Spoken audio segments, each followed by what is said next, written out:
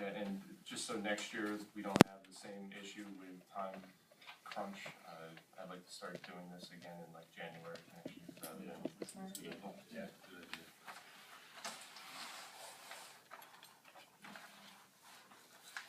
Okay, the next thing on the agenda is something we've discussed in the past. I know Trustee Patty has been in touch with C Street. I've discussed it a number of times with her. We brought it to recreation, they passed it back to us again, but it's reviewing the docking fees and discussion on rafting. Catherine, you want to touch on what you've I researched? spoke to Brett today and put forth the proposal that we had discussed for the off-peak 2-hour docking fee Monday through Friday and a $3 docking fee on Saturdays and Sundays. They do not at this time have boats to allocate for a First Friday event in the summer, so that would most probably not be able to happen until October, November, December.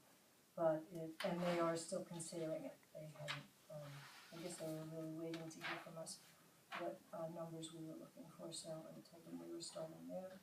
And the rafting issue is basically, he was gonna send you an email, which I guess we didn't get to that.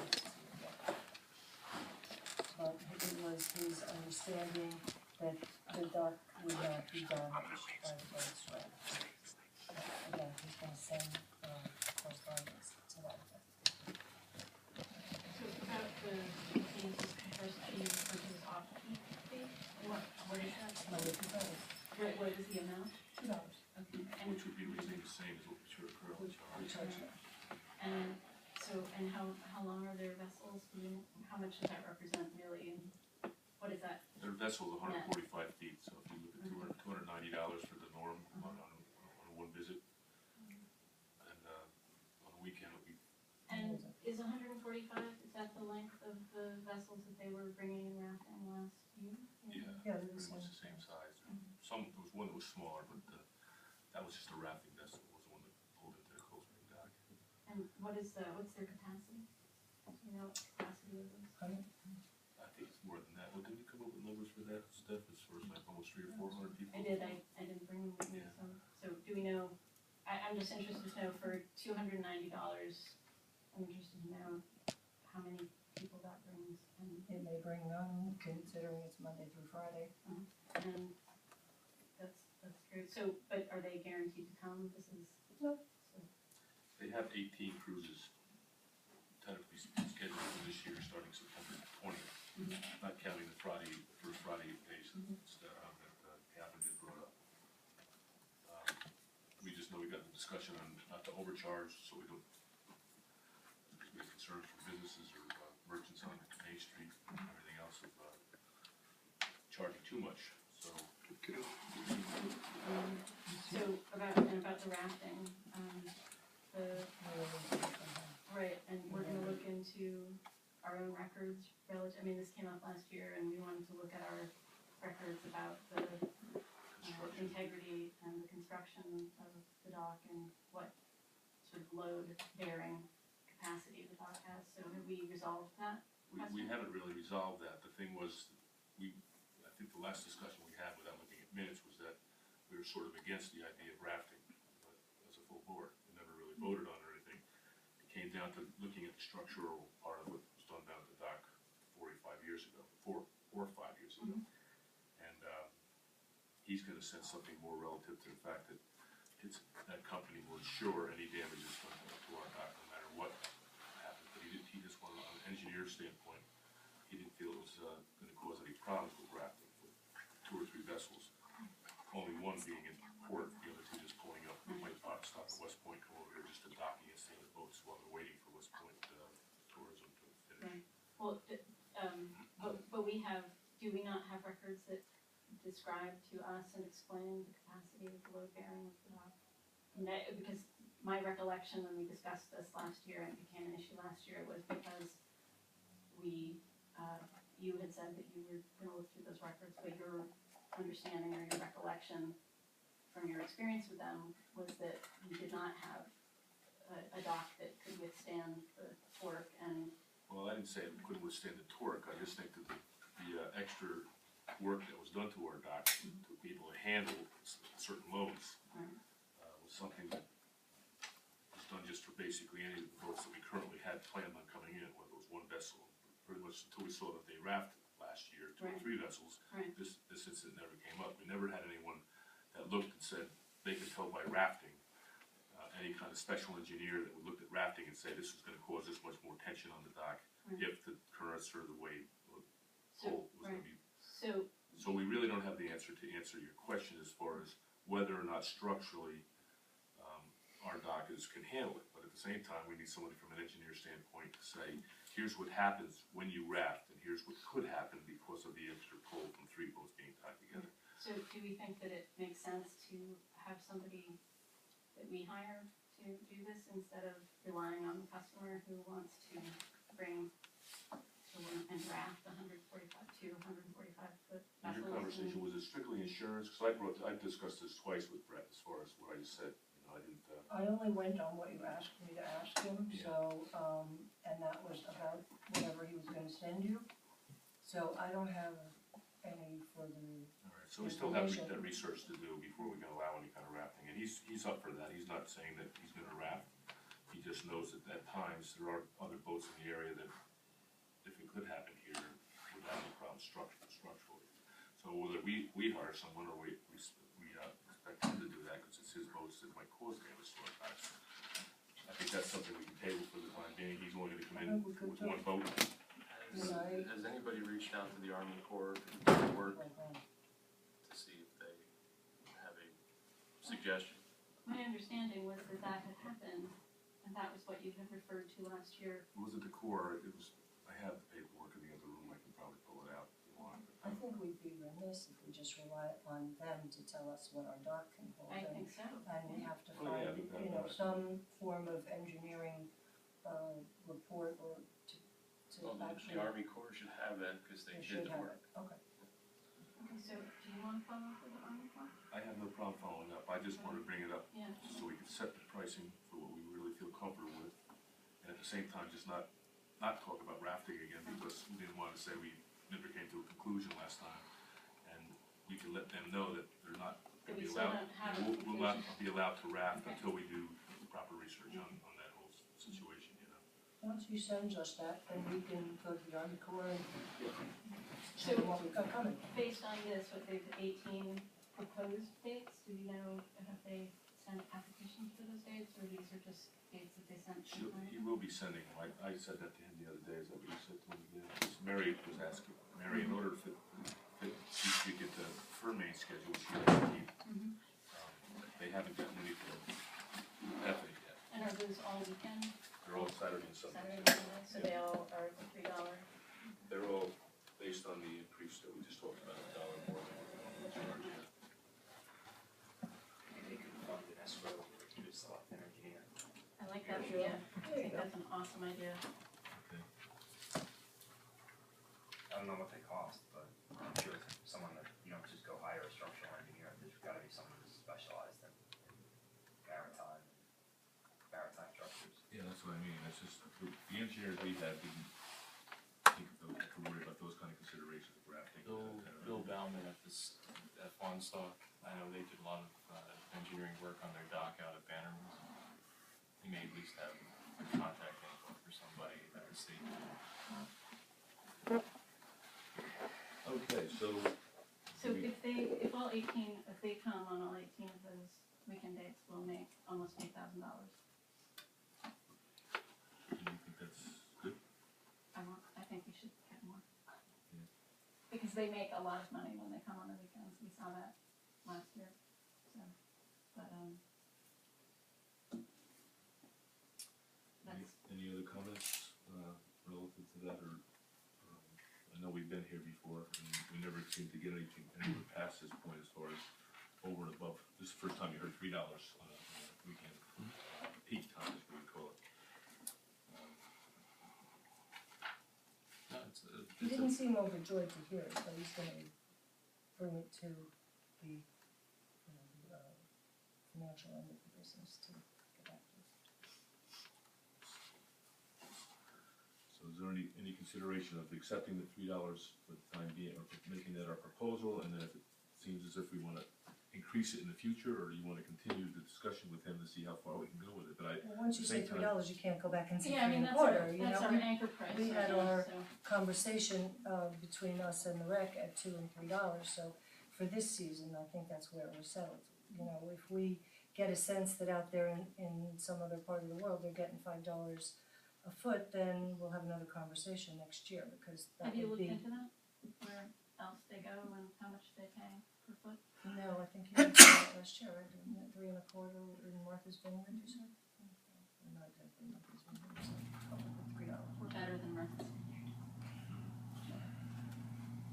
Alright, but I think that I wouldn't mind myself, be able to, make a proposal for $3, see if they accept it for this year. They have that proposal, I wrote it in, I copied you on the email. So are we, I'm sorry, so are we, I hear you talking about for this season or for the year, so are we entering into a contract with them so that if we find that, 2 months from now that there's certain wear and tear, or we need to, that we're finding that the number of people who are coming to the village are putting stress on our, infrastructure that we need to be compensated for, that there isn't room. But I just wanna make sure that, They're not coming until the middle of, end of September. yeah, I don't know, we don't have those dates. Bruce So said that, that Bruce, eight- everybody 18. got that in their mailbox months ago. Well, yeah, I could show you, here's the, No. But, okay, so they're coming for, 9 weekends, and, Yeah. so, and when does that start? starts September 20th, I believe, the first one is. And they had, The insurance they had piece, expressed interest in coming this summer? well, I think, when's the first Friday, and when was The that? first Friday that I had proposed to them, or that they said they might be able to start, was August 1st. But in my conversation with him today, he said they do not have the boats. They just physically don't own enough boats to go everywhere, even if they would like to. So the allocation of boats is, Cold Spring on the first Friday is not a priority or a proven thing right now, they're not sure. And then on top of that, even if they do it in August, because they're not gonna come on July 4th, that Friday, they also wouldn't come the first September Friday, because that's Labor Day weekend. So those are not two good Fridays, so I think that, the trial, if they're going to do it, would be October, November, December, in the period that they're already coming here. Again, he has what we're asking of them, and then we're waiting to hear what they come up to us with. So we really have to say that we think $3 is fair price for this year, and. That's what you said, yes. I just know that if you compare it, the only comp we have is Martha's Vineyard, and it's 3.25. I mean, I don't think we're gonna be that far off from where we're at, Our expectations, yeah, they probably get $50-$60 per person, on 300 or 400 people, which is a lot of money they make on every cruise, and why would we expect more money? I understand your whole feeling and your stuff, but, unless we have other comps, and we don't really have them, can't use Bear Mountain as a comp, we can't use West Point as a comp. So, anyway. I entertain a motion to accept $3 at peak time and $2 at non-peak time for the 2014 boating season for C Street. What if they come back and say they're not? Yeah, we should wait until they come back to us, because are we gonna not accept any bid from them, like any boats, if they don't? Would we I mean, what if they come negotiate? back and say $2.95 is as high as they go? Yeah, what do you think? Okay, all right, so then we should table this Yeah, until we should table it until we get hear back something from I them. thought we had clarification from him that $3 wouldn't be No, bad. he just needed it in writing he's sort of not a decision maker, okay? So, and he takes it to the, All right, so table it again, and then with other information as far as the structural piece that we talked about. Corps of Engineers, and Mike, you get a hold of Bill State? Yeah, I see Bill all the time, I can ask him if they has a I can get with the contact harbor info. master at West Point as well, I know him very well, but they, I mean, there aren't many fixed docks on the river that boats tie up to. Joe Curtis know someone in Yonkers that deals with their dock. They have the floating signs lab that's there all the time, and I think they have a raft on the outside of that. I think that was rebuilt pretty recently. All right, so we'll wait for the response as far as $3 until that time where we get the structural approvals or feel more comfortable with the structural impact of the possibilities that have her down at the dock. We'll pretty much say that they won't be able to raft until we get that information, right? Right. All right. Approval of minutes, June 10th, 2014. Everybody have a chance? We got it via email. On page 3, under old business, I don't think it referred to trustees Bowman and Hawkins will follow up on questions related to proposed agreement. I think it was, if the note said Mike, it was village attorney Mike Labori, and trustee Hawkins will follow up.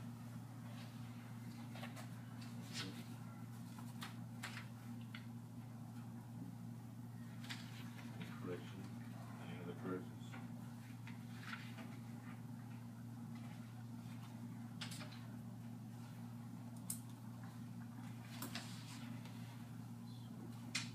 Motion to accept that one change, Mike Woodbury and Stephanie Hawkins, follow up on questions related to proposed agreement. So moved. Second. Favor? Aye. All right, the next is the correspondence, request to waive a 30-day waiting period for processing liquor license. It's clerk, to the clerk of Cold Spring, Reverend Stoppin and Industries LLC. Doug's Pretty Good Pub, 4 Main Street, Cold Spring, New York. Can we make a suggestion about the game now? Anyway, it's, dear sir, man, this office represents the above subject applicant for the license application for the premises so captured as required by the ABC Law, Section 64, Subdivision 2A. I, on their behalf, am notifying you of their intent to file an application for a liquor license from New York State Liquor Authority, pending a waiver from your municipality at 30 hold before said application can be filed is mandated by the state authority. If the waiver to this hold is an option, please refer to the attached sample waiver and provide the same to your letterhead. Please feel free to contact us if you have any questions. Easton. We've done this in the past. I make a motion that we grant the waiver. Well, before we, Second. Discuss. when we get these, and we receive notices, do we not typically ask Officer in Charge Kane for, his opinion and just a quick review of He did whether or review not- it. Oh, he did, okay, He good. did review it. Mary did mention that to me, that Okay. he didn't see any issues with it at all. No Okay, problem. great. So Okay. we have a motion to accept the second. All in favor? Aye. Aye.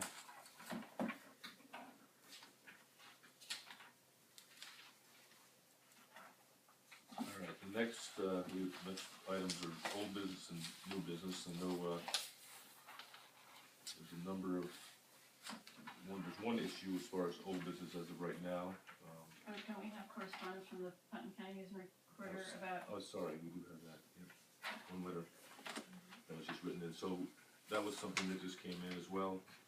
I just wanna make sure that the board doesn't have any problem with the additional correspondence from the Putnam County News. Or, we have one old business, issue to look at, and 1, 2, 3, 4, 5 new business, so no problem with discussing all these issues, tonight. Anybody on the board? All right, so the Putnam County News. Dear Village Board of Trustees, I'm requesting approval to prune 2 trees in front of our building at 144 Main Street. We noticed some of the branches are close to hitting wires outside and have hired a licensed arborist to assist in the situation. Sincerely, Carol Boducci, Business Manager. So, is there any I have a problem? motion to approve the request? Second? All in favor? Aye. Aye. All right, topic, new business, Are we doing old business or new business? the old business is, oh, sorry, we can, it's your request, trustee Fatty, This is under old or new? This is under old, Put it big under guy.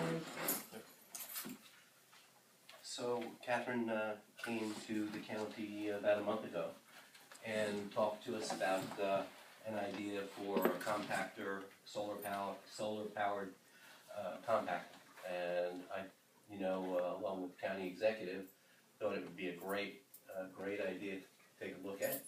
Since I have seen down in Union Square, Manhattan, that they have this exact model that we're looking at, and suggested that the village maybe send a letter as part of our normal partnership to help alleviate some of the burden on the village taxpayer, that we allocate some funding through this county budget to purchase this and use it as a pilot to monitor what the savings and how efficient it is and how it works. And maybe in future years, not only in the village, but we can do things like this elsewhere in our county park and maybe in some other places. So, so with that, I think that there were some questions. I'm very proud, by the way, as legislator, when we started this, when we did the tally on the amount of money that came to help offset the village costs, it was almost $100,000 that we've contributed over the years toward trash. We do have a huge issue. I can tell you when we did the pedaling into spring event with the Chamber of Commerce last year, it is almost unmanageable when you have a big weekend here to handle trash. I think that this is an excellent way at managing, and it's also environmentally friendly and green. I think a letter from the village after your discussion, if you agree.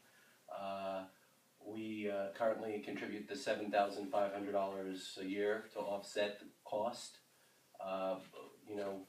Maybe what we could do this year is, take and allocate some of that money toward one of these and give the balance toward continuing on with your overtime. So that it would still be the same $7,500. If it works, maybe what we could do in the future is discuss something different. Hopefully, this is so efficient that someday we won't need to have the overtime. If we already invested $100,000 over the years, maybe then we can do some other initiatives with the village and help in some other ways. So this would be one compactor? One. One compactor. So, I'm wondering if maybe it just doesn't make sense for the village to purchase the compactor and, continue to receive the $7,500. Having the county buy it doesn't add value to it. If we're anticipating the commitment of $7,500 this year, and The only thing that I can tell you is your commitment in any year is based on a county executive and 9 legislators, and I sat there and I fought every single year. And Since so, 2002, is that right? since 2002. And the one thing that I would say is this is an investment in kind of, an efficient way to not have to worry about the overtime in the future, right. maybe. Well, that's not. I'm not talking about the overtime when I'm saying that. I'm just saying that while it's great if you guys are going to be our facilities and equipment purchasers. I suppose if we're going to rely on you to do that, that's one thing. But the net gain to the village is. There's no net gain. But you can purchase it. You can purchase it. So We'd have to modify the grant that we give you every year because right now it's for overtime and okay, so that's we couldn't give it to you if you wanted to buy a compactor. That's why I'm here. okay. The money goes specifically for garbage pickup. Right. It doesn't, And that cannot be goes to my spent next to buy. Point is that if we don't know, we still need to examine the capacity of these and feel confident that we won't have to enlist our highway department on the weekend and pay them overtime if we have only one of these compactors. We're collecting information, and it's we still need to be sure. It wouldn't make sense to us to buy one compactor and assume that that's going to resolve all our problems without really having a good look at the capacity and the volume and really measuring it taking a look at it, because like you say, it's pretty overwhelming. That weekend that you were doing the Pedal in Spring, I saw you up there on the truck managing the garbage yourself. Particularly, I can tell you, at the corner, right outside the Hudson House. Yes. That is, and it is disgusting. It is And probably not good public health, and all kinds of issues with bees and a whole bunch of things. It also becomes a I liability. agree, we do need to study what effect this has on the garbage collection. I mean, but last week or 2 weeks ago, we were ready to buy 3 of these. Yes. So, I mean, Well, why I know. don't, Well, So why I guess so. don't My we point. start with as a one pilot. and, Well, I guess my point here is though is instead of doing this incrementally and taking a look at what is it, we know that the capacity of these when they're compacted is the equivalent of 3 barrels. We know we have way more than 3 barrels worth of rubbish, in the middle of the weekend down there on a big weekend. So to me, that means that, well, that we'll have this, big belly that will be compacting 3 loads worth, and then we'll have an overage, and we will, if we're going to invest this money that's supposed to be for overtime in that instead, and we're going to modify the grant, then we'll find ourselves having to pay for overtime still, or not have it picked up on the weekend, and we'll have a big belly and lots of rubbish still. So I think that we want to look at garbage down at the dock, I mean, I'm not a garbage expert. It seems like it's basically cups and water bottles that it's mainly air space. So I'm not sure that it's a full 3 barrels that are coming out from the dock every weekend. Right. I can I'm agree not with you on either. that because when the chamber did the music series, we emptied the garbage, and all you need is 1 pizza box in the garbage can on top of 3 ice cream cups, and nothing goes down. So if you have a compactor, and not only that, but there are 2 garbage cans at the exit of the park and of the dock area, and yes, you have overflow, but if you've got dead space in both of those, 1 compactor, I would venture to say, would cover quite a bit of what goes on between the 2. I've emptied them, and you can get a lot in, like the 1 bag actually fills when you open it up, like the pizza boxes and the lunch boxes and all the stuff that contributes to the way that it just doesn't settle. My point is, if the intention is to really study it, I think we should start with 1 and see how big of a difference it makes. We might not need 3, we might just need 1 or 2. Oh, the other thing is, I guess for us, I'm the concerned county, we that want to actually see how it works as well. So before we start to invest in the technology we or would be something happy like to receive 1 and still enjoy the $7,500 to. Unfortunately, the legislature That's probably, it. If the county is interested in actually having a pilot, we'd be happy to be the location for the county's pilot. But we're still going to have to pay our highway guys to take care of. I mean, I think that having a proof of concept and like having a tester is it's worthwhile, but not if it's going to be $3,000 on top of. I mean, that's a $3,000 tester. And we will still be having to pay our highway. for that matter, we could test it in our own park then, If that's what you. But you we're wanna do, trying to then help, I mean, and what we're saying at the same time is, that's part of the partnership. We give you $7,500, almost $100,000 over 10 years to deal with garbage, and this may be a way to solve the garbage issue for the village. It may be, but in the short term, while we're proofing this test run, we will still be paying overtime to our staff because we have seen the overflow, and so. I mean, maybe what you wanna do then is try to. I mean, whatever you think you need, so you get yourself to the point where you don't need to have somebody, but on a, I mean, you don't need, your receptacles are not all overflowing. They're overflowing at particular locations because of particular reasons. So to that point, maybe we should make a point of documenting exactly what we see on busy weekends. I'm more concerned about the usage of the overtime and, I mean, how often are employees collecting on the weekends? Or Right now, they collect every Sunday morning. Every Sunday morning, how long is it taking them? They And go out they do it 2 hours. It's a 2-hour tour. And it's not clear to me that they collect. 2 hours to collect how many garbage receptacles? Yeah, and that's what I was gonna say, it's not clear to me they're only collecting down at the. They hit everything on Main Street and everything on the waterfront. I mean, to me, if we're gonna buy one, it's gonna be $3,000 out of our Right. bank, Right. one way or the other. So it's either gonna come straight out of our budget or it's gonna come out of the county. No, it's gonna come out of our budget. It's gonna even out no matter what, That's a because lot. even if we No. were No, it's missing not. the, We're spending, no, you misunderstand. He's saying that they'll be the agents to buy it, but they're gonna roll down the $7,500, so. Or you can buy it. budget- but that money to pay that overtime that It's we're still now gonna gonna be be missing spent. is still gonna come out of our That's budget. right. And So did it'll you be- find it But harder, that's my No point. matter what happens, it's still gonna be the same amount. I mean, when you fought every year, did you find it harder in the past so many years getting money, or was it, cause I know, when we talked shared tax revenue, we brought up the 7,500 at one of those meetings. Some of the other municipalities sort of said, hey, why is Cold Spring getting it? They don't realize the amount of tourism we get here, especially now with the new boat we just talked about, C Street, bringing 400 people in, and they're all gonna go back onto that boat up right where you just said, at the end of the Hudson House. Mhm. So I mean, it's only logical that we do think about investing in at least one or two of these with the current money that we have, and I'm hoping that we don't have to, legislators who tomorrow doesn't have to fight as hard as you had to, because it's more needed now than it's ever been. Absolutely. I'm wondering if we put one at the end of the dock, that 2 hours of overtime every weekend, is that now 40 minutes? Is it 30 minutes? Well, I think if you really look, there's a couple of locations on Main Street that. I'd like to know how overloaded. long it really is Pizza now. Palace, I Pizza mean, Place, I'm kinda shocked that Cappuccinos. it's a 2-hour timetable every weekend. There's 2 or 3 places, on Main Street, and then one of the. People in Osceola said their garbage is filled with, things from the Go-Go Pops. It's the walk-around food, excuse me. Yeah, the minimum. So, yeah.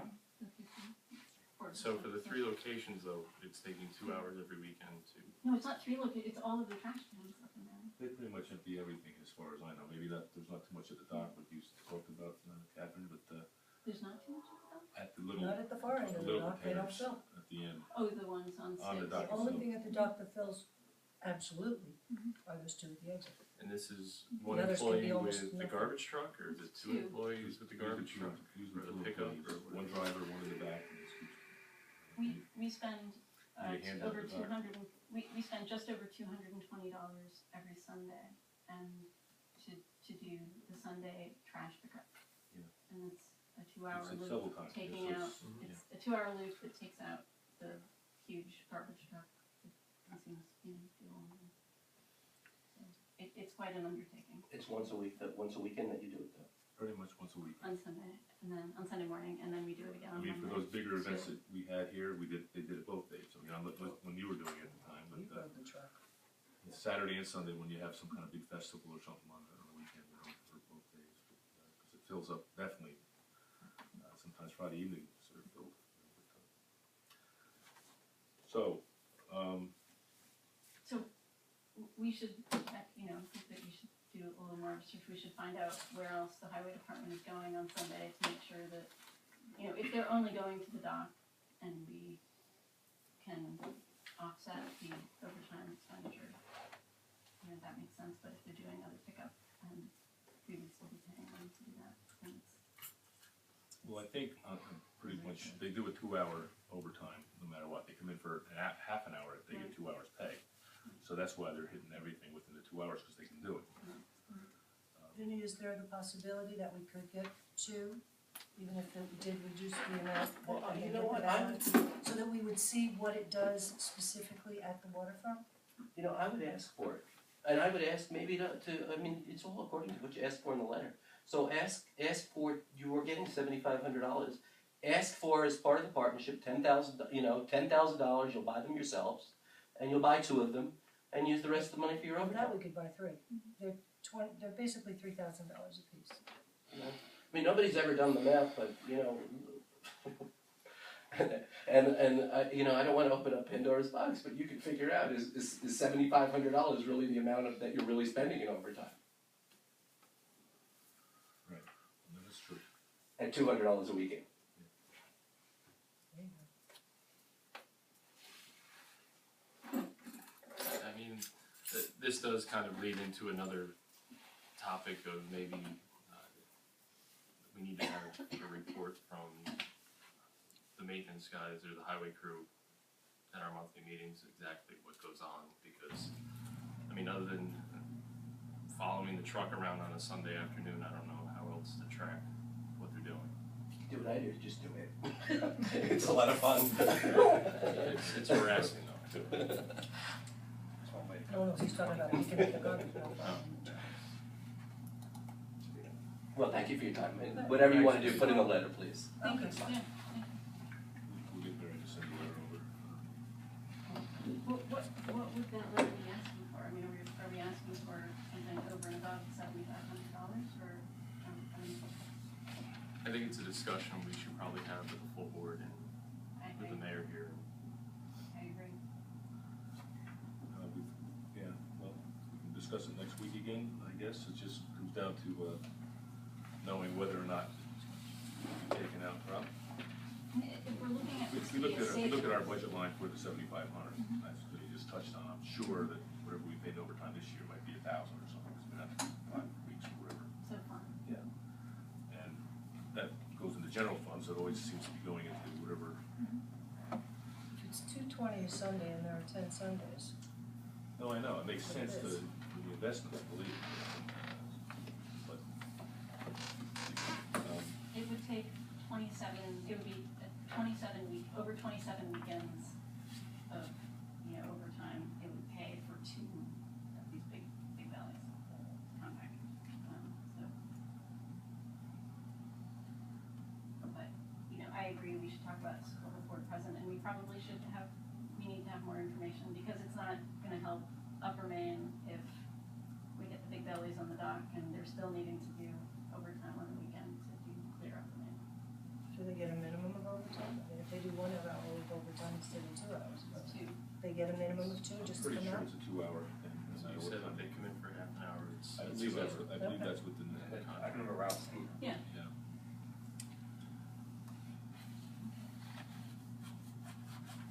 So, if we budget, if we're gonna buy them, we talked about this before, buying 2 or 3 of them, because that's what we really believe we need to cover what we think we need, and then from that, use that as a pilot for additional ones. Well, I think, if we're trying to avoid having to pay overtime on the weekends, then we need to know what we need them for, not what we think, we need, if we're thinking that we're gonna get a couple on the dock, and that's gonna satisfy the issue with the dock over the weekend, that's great, but then we may need them also on Main Street, we may need more than 2, we may need some on Upper Main, because we also, No, I don't think we're gonna get to buy them all at the same time, but, one of the things that, aside from the money, is just what it looks like.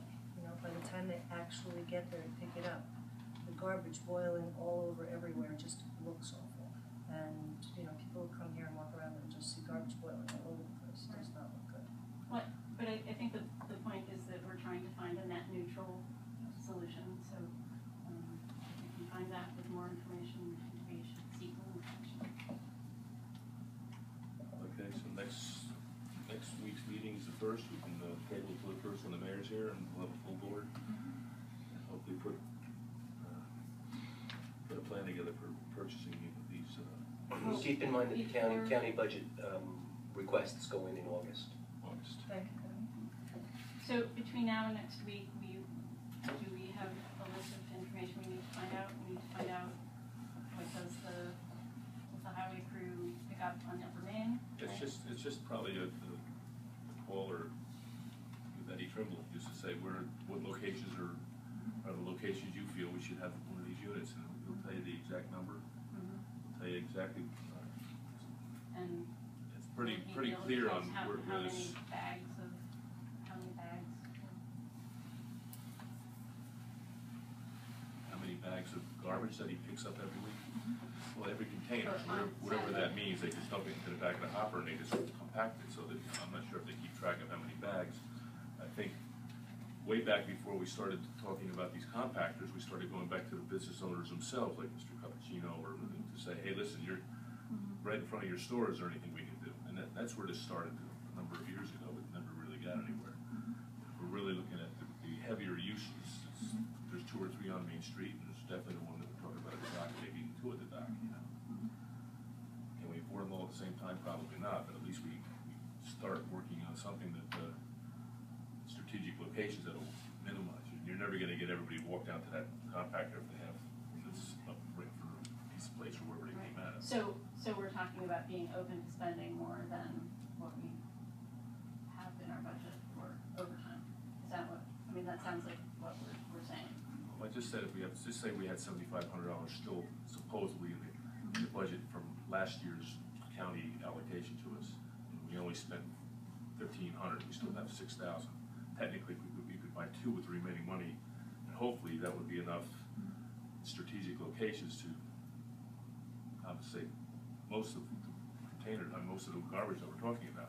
If not, then Do we have money left over? I don't know, that's what I'm saying. Then how is that? Isn't that a line, I mean, don't we wash those at the end of the year? I mean, we wouldn't have any money left over.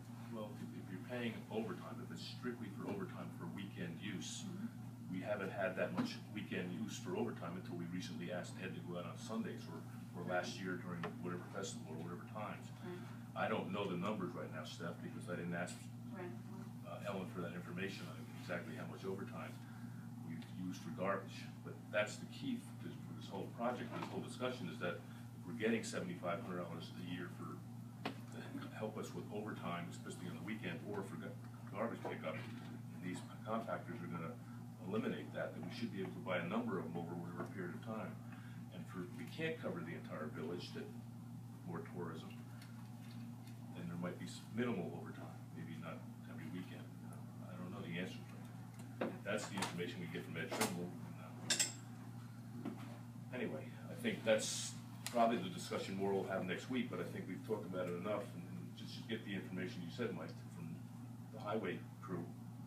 They know exactly which, Should we also have, them look at these, so that they, and the give us- containers themselves? Yeah, and give some opinion about how they're, last Thursday, I went up to Rhinebeck and I met with the Village of Rhinebeck clerk, and their facilities maintenance fellow, took us around, and, these are their setups. They have their one compactor flanked by recycling.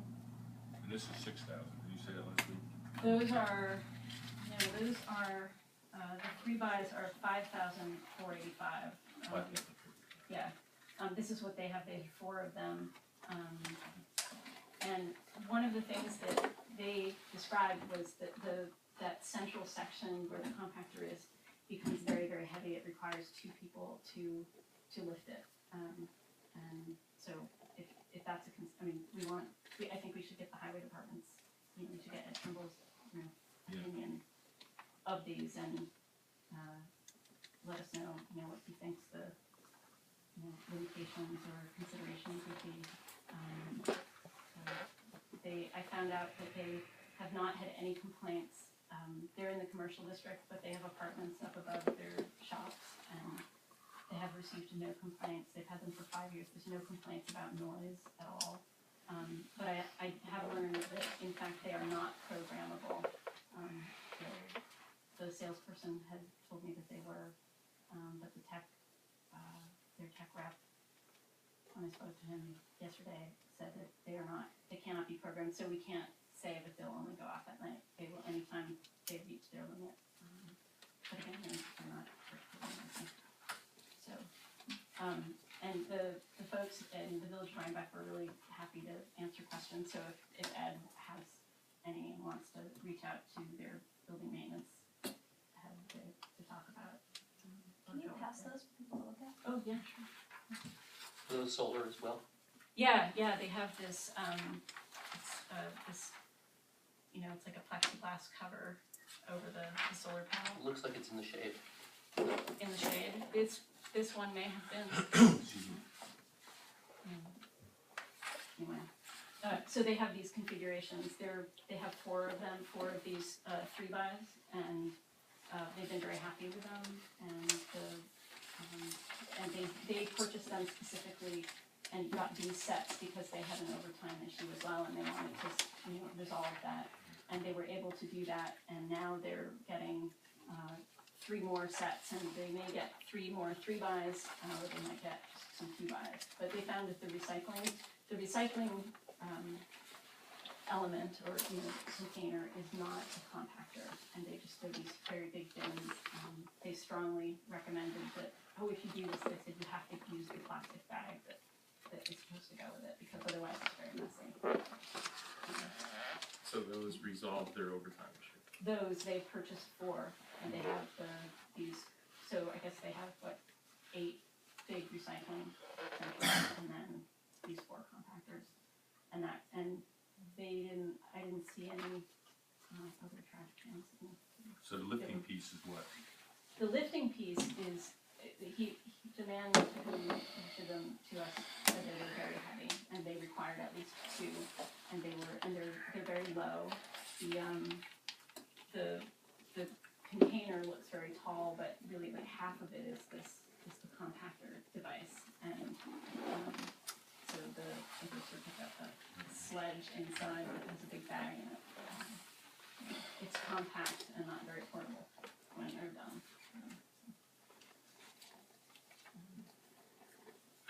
All right, we do have information on the leasing purchase option as well, right? Yeah, we do actually. The leasing, the leasing purchase, what's the leasing? We could, they lease for 100, the compactors themselves. I don't have figures for leasing these combo sets, but one device, one compactor is $119 a month. And then at the end of the year, you can buy them out. And so the total cost, let's see, it's a lease with a buyout, so it turns out like you're kind of buying them twice. Sorry? Over time, or is it, Yeah. does it end that you end up spending more? You end up spending more than just buying them. But if we wanted, if we wanted to do a trial run, that might be the way to go, because it would be a 1-year. The 1-year lease would be less than purchasing it, and maybe that's where we do our proof of concept. Maybe that's the useful way to go about it. I don't know what people think. And they bought theirs, right? They bought them don't lease outright. They purchased the first 4 sets with their own funding. They appropriated money, and it, has paid for itself in overtime over the last 5 years. And so now they're going back, and they applied for a grant, a local grant, local to their Duchess, and they got a grant to buy another set. So that's what they're going out to. I think they got another $15,000 grant for that. So they have 4 3x sets. They have Now. 4 3-bys representing 4 compactors and 8 recycling. Gotcha. Do they give you how much coverage? How much square miles? Yard blocks of the village? Is the village around it? It's the village of Rhinebeck. They have one in front of they have one in front of the post office, 3 blocks north on Route 9, another set. One in their central their parking lot area, which is down, I'm not sure what the street name of the route is, but it's the one that runs perpendicular, and it's central, and there are many shops. And then one, Chamber of Commerce offices in Market Street. is it Market Street? So there's one central parking lot, that's where they have it, and then they have a parking lot across from their town hall and village hall, the corner, and that's where the other one is. That's where those pictures were taken. And you have the rental, 2 of them, it's just $238. There aren't really any economies of scale.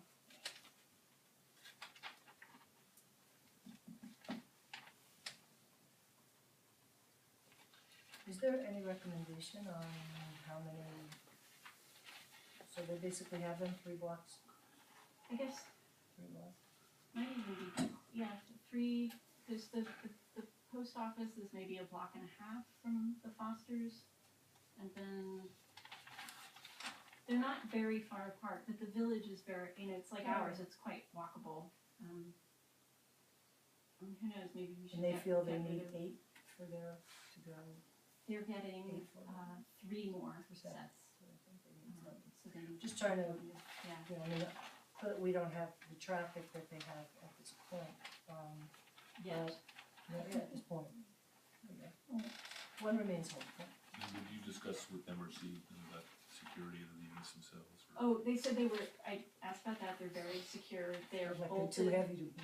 Yeah, they're bolted, they, there's a frame that they're mounted on. And this fellow, who's the head of the building maintenance, described it as a very easy thing to do. You'll see the photos have these sort of seams, and they just sort of snap together and they get dropped onto these frames. So before we bring it back to, Lou, we get a breakdown from Ellen, or I'll get a breakdown from Ellen as far as the budgetary part of it. Eddie Trimble will give us an idea of what he believes after he can review he can leave some of that information. Do you know how many trash cans we have on Main Street now? I don't know. I don't know. And then get in touch with the Rhinebeck House people if we need to. Is there anything else we have to, so we can? They were Another question very- about Rhinebeck, do they also have other kinds of garbage cans all over? Or do they No, only have those? No, they only had those, and the only other cans that I noticed were cans that were owned by specific retailers. So they were very, very happy to think that this project that they had undertaken was something that was interesting and helpful to others.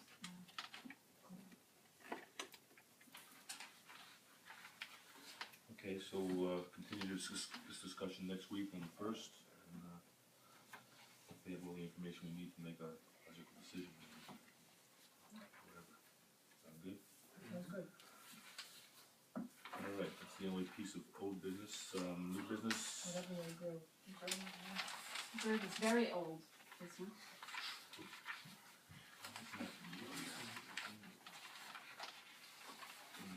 All right, so we have the request for proposals. We have the original letter from Captain Marino. I think everyone received the notice that they got the information they needed from the assessor, is that right? Are they here? Are they? I don't think I've seen how many come in. Thank you very much. Thank you. Thank you. Because I was interested to know what information it was that they got from the assessor, I called the assessor and asked him, how he was able to resolve their concerns, and he had said that the property, which has a tax assessment of $120,000 now, has that tax assessment because that's what it was worth about 11 years ago, but since has been in decline. And so the property now is assessed at $120,000, but he expects that the property tax next year in March, the taxable value will be $48,000 to $50,000.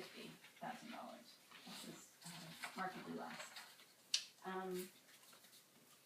And he said that Steve had communicated to him expectations that he would, within a year after, make part of the space livable and finish and stabilize the basement. And Brian's opinion was that at that point, the property would double in its taxable value to $96,000 to $100,000. And Brian said that this was an exchange he had over email. So. They're looking at like a 10-year type of, they're looking at a 10-year range.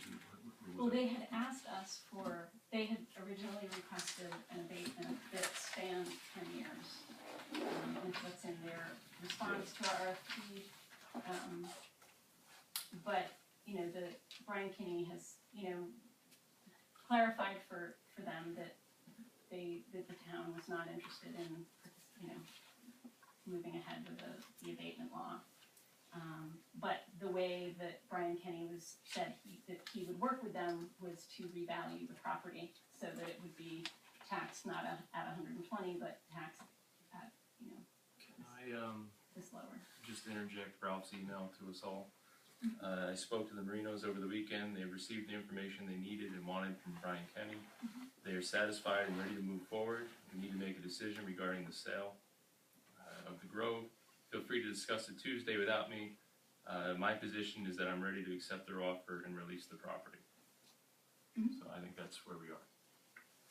Obviously, whatever they heard from Brian Kenny satisfied their stipulation. Right. So I think we're ready to make a decision. Okay, I have some more information to share here, that Change the decision. what was that? It won't change your decision? No, I said, is it going to change the decision? I don't know. I thought it was important to obtain this information because, you know, we're moving ahead assuming that the property is being assessed at 120, and now we're being told that it's not. It's gonna be assessed at 48 to 50. So the taxes, you know, if we're relying on this year's tax rate, next year we will get about $550 for this property. What are we getting this year? No, I'm getting nothing now. Nothing, What have we got for the last 10 years? nothing. So $550 is an improvement. It's not much of an improvement, but that's not Not my To much point. start if we don't and- sell it. And hopefully we get a So- historic landmark that is on its way to being used. Yeah, and I say- think that's definitely, yeah, what we're aiming for here. One of the things that Brian Kinney said was that the marinas sort of explained to him that they were projecting to have certain parts of the project completed and that this was supposed to, you know, improve its value. So in light of that, I think that, you know, if we're gonna be, you know, moving ahead to discussing a purchase price that works for the village, I think that we wanna get, you know, you pointed out that we've been spending money over time for insurance. We've spent, over $4,600 over the last 11 years, and I think it's reasonable to recover that. I think it's reasonable to recover the money that we're gonna pay for the tank abandonment, and this is at the least, you know, I mean, we have an obligation to make this as net neutral as possible. I And I don't necessarily appreciate that agree Ralph that we is- try to recoup money, just because the village was a poor steward for the past 10 years. Mhm. It doesn't entitle us to now try to recoup money that we had put out for insurance over 10 years where we let a property sit vacant and abandoned. I don't think it's about being entitled. I think it's about having an obligation to the taxpayer. And I respect that your opinion differs. Because we want this to be visually presentable, I think that we want to make sure that we have a timeline from the buyer. So we want to understand from the buyer, you know, over a reasonable period of time, what the projects are that are going to be completed to make it Is that visually part of the RFP that went out? appealing. We didn't require a timeline. What we were looking for was, and I haven't reread the RFP in a while, so, we were looking for representations about when they would be able to make this thing habitable. Yeah. That's for sure. The other thing that we were very interested in, and I think it's really important for the whole board is, and Ralph only touched on it, I think, in, you know, half a sentence with the discussion with Steve and his wife is, the financial wherewithal to rehabilitate the grove. I had suggested to Ralph that we asked them for a pre-approval letter, which they could go to a bank, and a bank wouldn't have to go as far as processing a loan. Would basically determine on their behalf their creditworthiness and what they'd be able to borrow, and that way you guys would be able to tell. For a mortgage specifically, because as I understand it, if it's sort of uninhabitable, they won't give that to you until you get to a certain point. I think Steve No, said you that can- Yeah, last he week. said all of that last week. No, I don't He I don't said- think he did. You can go to a lender, you can take your W-2s, your credit report, and you can say, I'd like you to prepare a pre-approval letter and let me know how much you would be willing to lend me.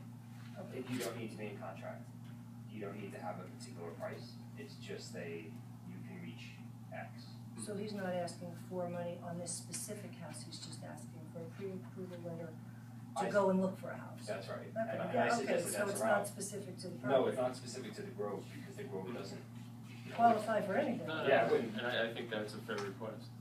Yeah, that's a fair request. Yeah, and, you know, it's important for you guys to make sure that Yeah, I think he went through, he said there was family money, there was, you know, monies that they were gonna use up until the point where he could get go to a bona fide lender. Right, yeah, it was gonna be sweat equity for at least the first few years.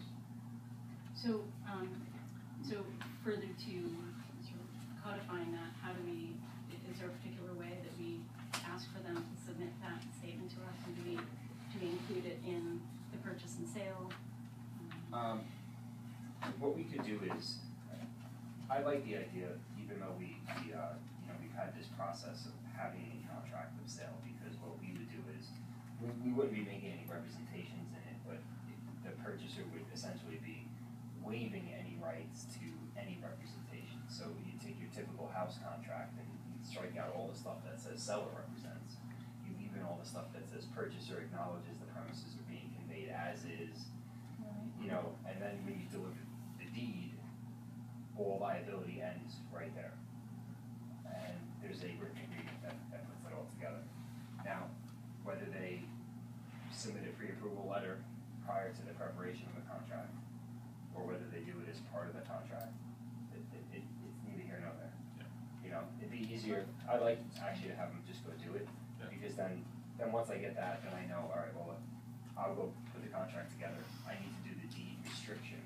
And that's something that Steve and his lawyer and I really need to work on, because how that restriction operates, the restriction is that the road can't be torn down. Well, what happens if it is? We have to put that roadmap together, and we have to make sure that Steve is okay with, that everyone is okay with what that is. So I think if we have a consensus on the price, if Steve can, get the pre-approval letter, and I don't have a figure for that, but I would assume that, a reasonable figure would probably be somewhere between $200,000 and $400,000, give or take. I think that's a very, rational amount of money. And then what I can do is, it'll be subject to the consensus on how the restriction is going to operate. Before as well, I'd have that done as soon as possible. But I have to draft that. I need to send it over to I'd send it to a title attorney that I work with to make sure that it's enforceable, which is very important. What's it worth if we can't enforce it? And what really does happen if the road is torn down? Does the property revert? Is there some penalty? I was talking to a title guy on the way over here, and we were batting back and forth how a reverter clause actually operates. Would we be in court? This would be a very, contentious. Well, it's not only if it's torn down, it burns down during construction or something like that. Well, Wall caves in. a casualty is very different than an act with intent. So there's got to be some give and take. But one of the things that we were batting back and forth is, if what's the value of the property today without that restriction? Is it $100,000? Would we consider it a vacant lot minus the cost of a tear down? I think that's probably the most rational way to determine what the value of that piece of property is. And if it's demolished for some reason, should the reverter clause say, as of 2014, the value to the village would have been X, and that's the amount that's the penalty, which would automatically be a lien on the property and payable to the village. So those are I have to hammer that out, but. How quickly can that be hammered out? Very quickly. So if we put this on next week's agenda to push forward on it.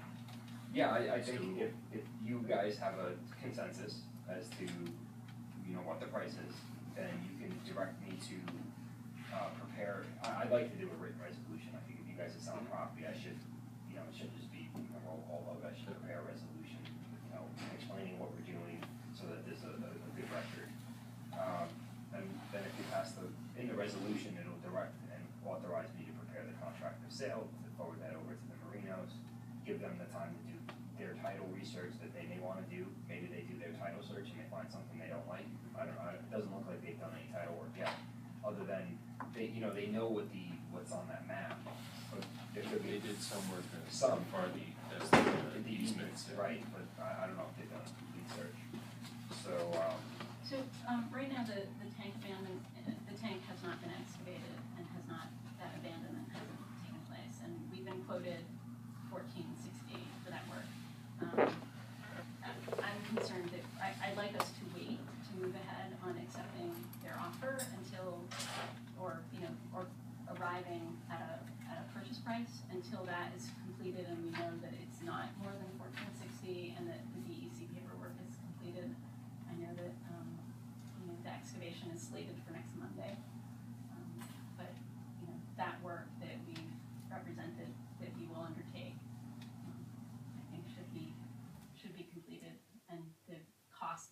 be known and finalized, and heaven forbid something happen and it become more expensive than that, and,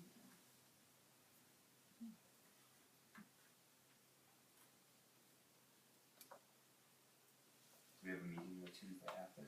First, First, yeah, John- First is next, but the 30th is when the work is gonna happen. Right. Right, we won't have the answer by the Tuesday, that's for sure. okay. I don't Is there, believe- I guess what I'm asking is there a meeting the week after that? Yes, it's a monthly meeting, Okay, the 8th. cause then I could draft the restriction, I could circulate that, I could draft the resolution, circulate that to the board. Mhm. You guys can hash out whatever is the final response on the value. I can even go so far as, I can put a contract of sale together, it's not very time consuming. The biggest time is really gonna be on the, just drafting the restrictive covenant. so July 8th. Okay. That's great, thank you. But I think we still need to have it on next week's agenda so that we can discuss whatever the prices we're willing to Yeah. either way. Well, will we know then, we won't know next week if, I think, well, will we know next week if the tank abandonment is completed, or, and how that, you may not have the DEC paperwork back yet, but you'll certainly know if there's if there's gonna contaminated be soil. any problem, okay. You know, right now we know the tank is. I mean, we've literally, the village board has been talking about this for, I mean, seriously, it's been probably 11 years, 12 years. Maybe, Yeah, I think it's time we actually do something with it, well, because we need to it's proceed falling intelligently, down. and so we shouldn't rashly, I kind of take offense to that Agreed. because the implication is that I'm not proceeding intelligently. you can interpret it the way you I like. would love to know why you're trying to continually push it down the road more and more. Because I think it's unwise to agree upon a purchase price when we don't know what the final costs of improvements that we agreed to make to an as-is property, that's why. Yeah. Is there anything else, Steph, that you're aware of tonight, that we can, as far as other than the tank for $1460, that the expected costs? We talked about insurance for $4,000 some odd dollars, right? Is there 4675. anything else that I'm not sure if you finished your conversation there, I just wanna make sure that, other than the price we're talking, that those two items there, I know we talked about the 1460 and he seemed pretty open to, And I know Ralph mentioned that to him last week, you know. And I just wanna go back and, you know, insofar as the restoration is concerned, I think it's reasonable to ask for and include a timeline of what, you know, projects over a reasonable period of time to make the exterior presentable, because to your point, it has been an eyesore, I agree, for a long time, and the reason we're moving this along is to make sure it's not, so. That's Okay, my contribution. I just wanna be able to go over some of this stuff with Ralph on you, also. Just for full disclosure, was there another bidder on this property by any chance? Nothing aware of. No. There was talk of other bidders, but no one ever took the official bid. I just wanna make sure. No, that's my knowledge. Okay. I don't know how widely it was circulated, so. Pretty much it, in Grove, Mhm. right? Okay. All right, we're on to new business. Docking applications. First one is River Rose, I think they're already on the schedule. I don't know if you still have a copy of the schedule, but, we're just changing your time on the September 19th date to 2 o'clock. There's no conflict that we're aware of for that change. So can I get a motion that we accept the change for River Rose? All in Second. favor, aye. Aye. The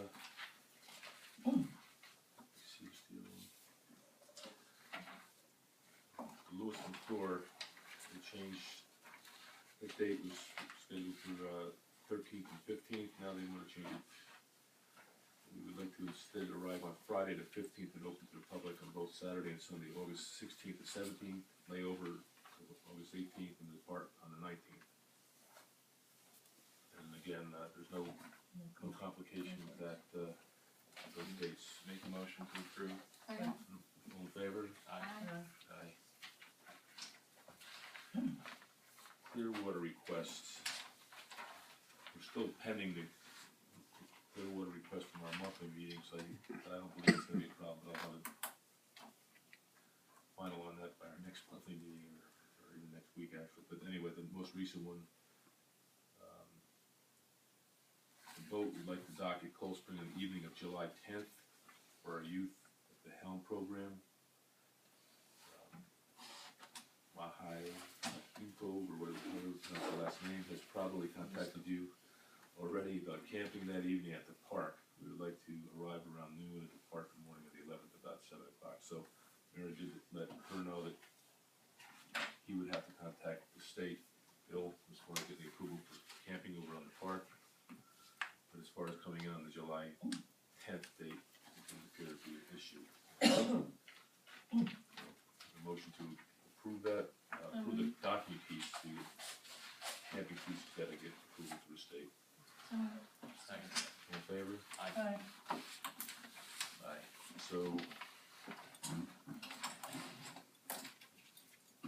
the only other piece of new business right now, there's two. There's the public hearing that we talked about for West Street. We didn't have the proper time for everything to happen. So the recommendation is we move that public hearing to July 15th. Pretty much what you discussed with Mary, right, Sandy? Yes. Now, we wanted to schedule it July 1st because we thought it would be advantageous to get that all tucked in before the 4th of July, but Mary it would still have to be filed with the state, right? So it really wouldn't It matter could anyway. take Right. 10 days Correct, time. did not make Right. it because we had the meeting on the 17th, I went to her on the Oh, 18th. right, no, that I understand. Oh, I It's was still saying the filing the process. filing process, so there's no worry about the July 4th being, The police. we can do a temporary Right. anyway. So is everybody in favor, as far as the Reschedule. That's fine. 7:15? Yeah. All in favor, aye? Aye. And then one more little piece of new business before we discuss signage. I just want to bring up, again, the poster that was distributed for the 4th of July this year. And it does have all the information on it as far as the festivities, parade at 3 o'clock, live music from 4 to 9, the bandstand music, 10 Brooks Molly, 4 to 7. Over the top from 7 to 9. A number of local organizations will be handling the food and refreshments, the Playable Amusement Park. And again, our main part for the day, Independence Day, will be honoring all veterans with a special tribute to Korean veterans and Vietnam veterans. So, hope everybody can make it. It should be a good day as long as the weather holds out. We found out today as well that West Point will have fireworks at about the same time, so we'll have a sort of like a double fireworks display. I think. Is Cornwall doing the same? I don't know. I don't know.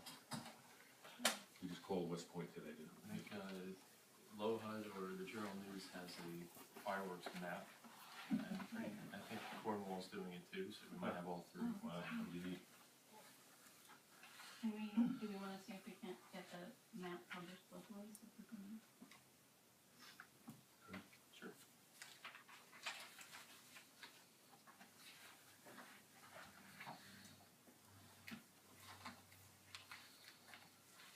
Okay, so, new business discussion on signage. I know we had a number of complaints, a number of emails.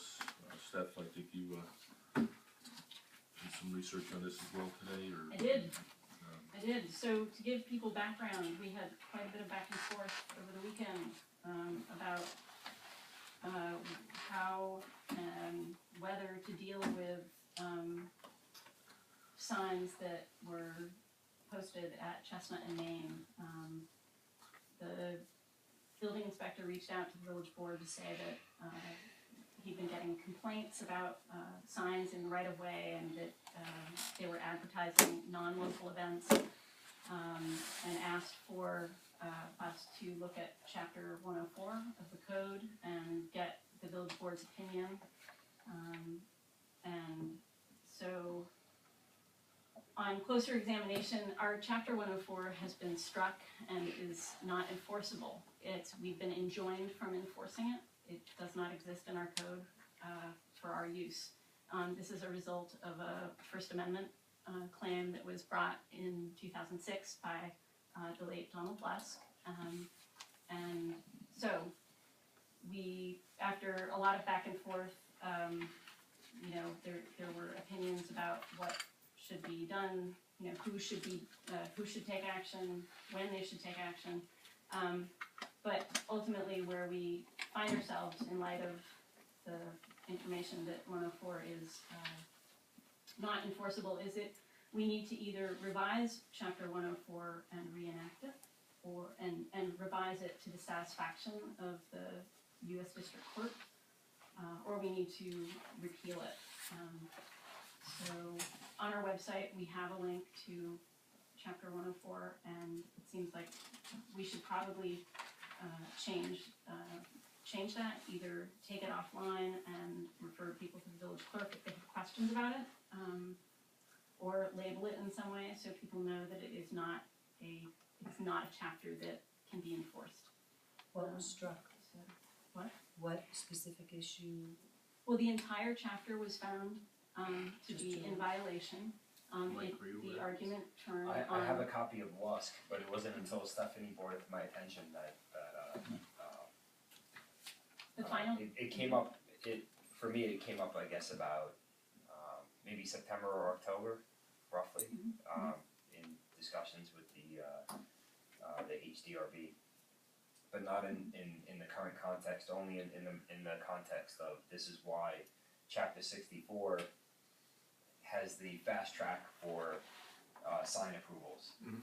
So, it wasn't until actually we talked before about Lusk, so I have to revisit Lusk and provide you guys with an ordinance that What can be- other municipalities that are not in violation of the First Amendment, basically, how do they deal with this kind of thing? well, So, interestingly, Cold Springs are an interesting place because every municipality I go to, we follow the sign codes as they exist. Mhm. And quite frankly, I was looking at 104 before, and I have experience with other codes that are even more restrictive. They just haven't been determined to be, unconstitutional. so right now, with Donald's lawsuit, and this came up before the HCRB when I was there, as long as you claim that a sign is a First Amendment freedom of speech, you can do pretty much anything. I don't agree with that. The claim, we have no restrictions in our code. We have 134.18a prescribes prohibitions associated with posting signs, but none of them speak to size, like the height and issue that you were addressing, the farmers. When was Donald's Well, lawsuit? actually, In 2006, So for 8 years, so we've had an invalid part of our code just kind of out in the ether. You and probably however many other municipalities on hundreds of other topics. But So- it's basically yeah. talking about where they're hung, right?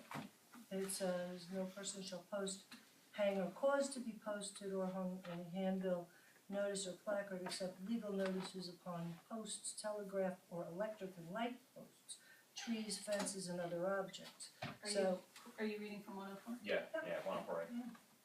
So, at least we can sort of rein in where they go. Well, I have to go back to Lusk and reread, exactly where, what the district court said, and not to second guess, Stephanie's telling you, I need to go reread it and go back through and confirm, did they strike the entire ordinance and my recollection was, that they didn't carve out any particular section and say this remains. Many times you have these severance clauses where they may sever a sentence instead of the entire the whole chapter. So, I'll go back and confirm for the board and Donald would get such a huge kick out of the fact that we're talking about this right now. Yeah, I mean, look, the sign ordinance generally, the First Amendment, right, deals with content. And when your restrictions start restricting content, that's, generally. Oh, I remember what it was all about. Oh, all right, well, I mean, I'm just telling you what I read from what I remember from 5 to 6 months ago. So anyway, we'll go back and I would certainly go back and take a look at Lusk and see where that leaves, 1041. The, 104 as a whole. the district court, issued a final judgment ordering that the village is enjoined from enforcing chapter 104 and 134 of the zoning code. And then rendered that chapter 64 did not violate the First Amendment. And after that final judgment, the village took the initiative to amend chapter 134 to revise the definition of sign so that it excluded references to flags, badges, government agency, insignia, charitable and religious patriotic organizations, and then to revise the HDRB code to address the 3-day turnaround that you were talking about. Which it seems like the HDRB is the only one that actually implemented it. Well, our question was, do we have to do expedited reviews if an application isn't complete? Based on Lux, and the answer was no, if it's not complete, you don't. If it's a complete application, you do. That was our only question. So Steve Gaba in August of 2007 prepared a memo recommending, a course for the village, which the village followed insofar as the HDRB code is concerned. And the question of, in his memo, he says that that he believes, that the village has an option of reenacting chapter 104, and that would have to meet the requirements of the district court. Did we check the minutes to see if we enacted it? Mary didn't have any record. I don't know, she just brought it up this today. This says amended 12/5/2000 by local law 2012-12. Doesn't say anything about it.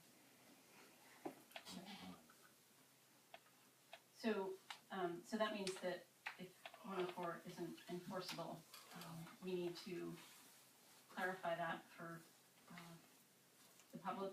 We need to figure out how we're going to proceed on either reinvigorating 104 or repealing it. I think And we need to inform the first building off, we have inspector. to see if it was actually ever reenacted like the attorney suggested. Right now, your book reads just like Yeah. Catherine. Yeah, It would be here, right? Yeah. Theoretically. Generally. Theoretically. Yeah, it would say amended, on the right date. And I think Mary and Francis Murphy are updating the code online, the PDF files that people have Okay. access to, so they're more current, Gotcha. so they're updated with the amended local laws. Anyway, so I think that if there is a question about the enforceability of 104, we need to clarify that ASAP and notify our building inspector, because he seems to think that 104 is a chapter that is still enforceable.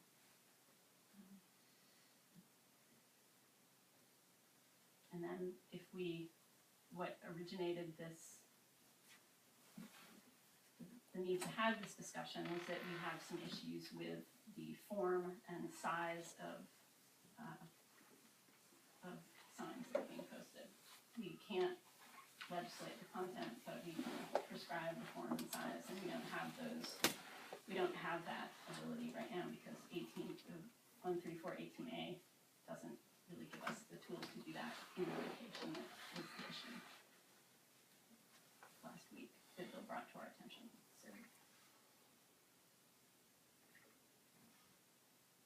So maybe this is a conversation we want to loop Ralph in.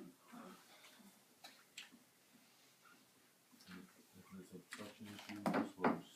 Well, that was the other part of it, is if a sign presents a clear and present obstruction or danger to it. Yeah, my concern was, has something been put in, is gonna cause some imminent harm, is it blocking someone's ability to look to the left down a particular street, but the question was, when can we exercise certain powers just to take something down? Yeah. And, unless you have some authority in your zoning code, if you're gonna exceed any authority in your zoning code, then it needs to present some type of imminent danger. Generally speaking, in municipalities, can anyone just go screw things into signs, street signs? Like the double post sign to just walk up and screw something into? I'll tell you, everywhere else I work, you need the permission of the municipality to put something on municipal property. You don't just have the right to go do it. Because, I mean, all the signs that go on the strip there in front of St. Mary's, I mean, historically, that was always, you put your thing there, and then when your event was over, you took it down, and it was, it was just, that's what was done, but, on the poles and specifically on street things like that, where, I mean, it does kind of block the ability to see what's sitting on the corner. Well, I think the larger discussion is,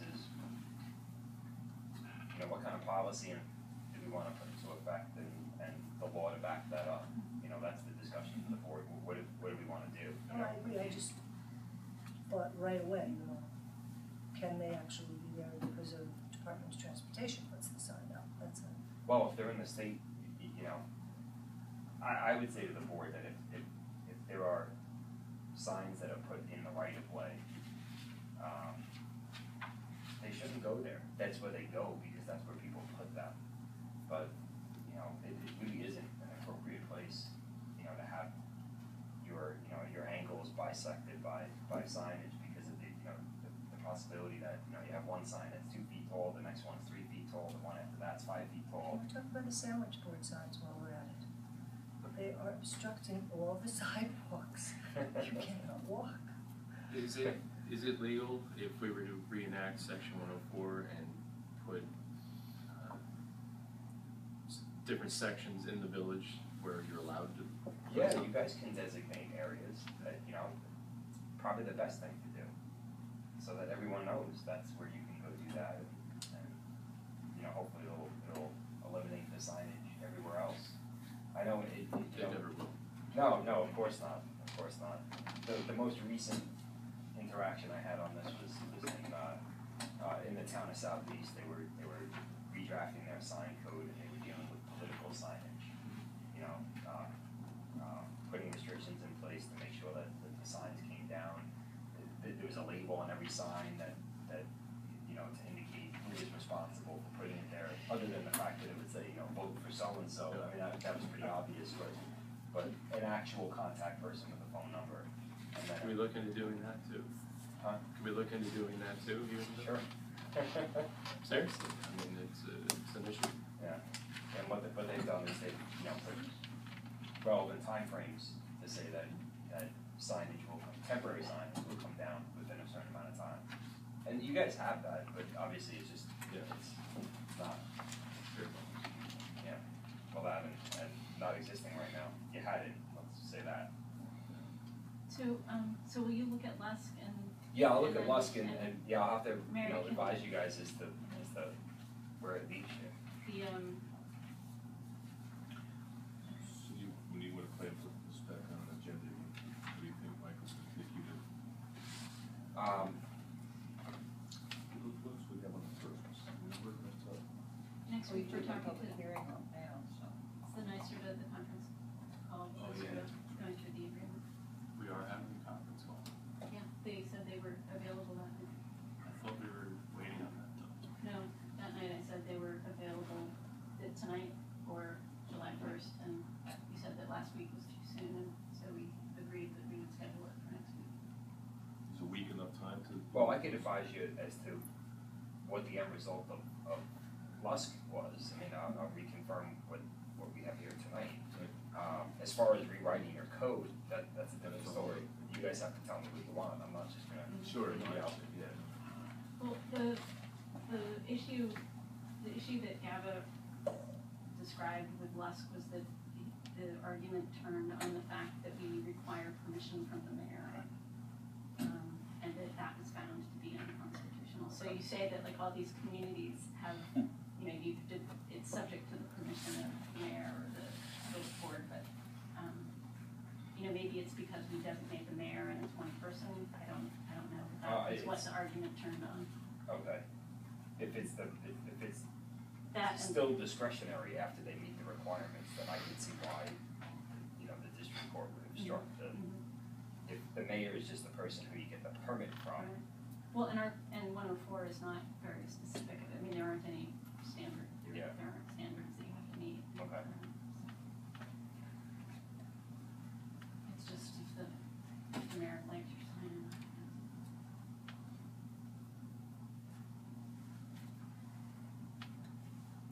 So is that something that we wanna take up next week, or is that too soon?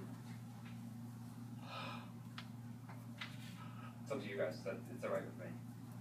Sure.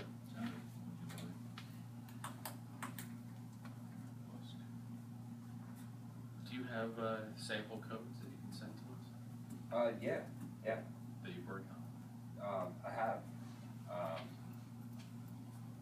they're not one size fit all, No, but of course not. No. you take enough and you can make something that fits.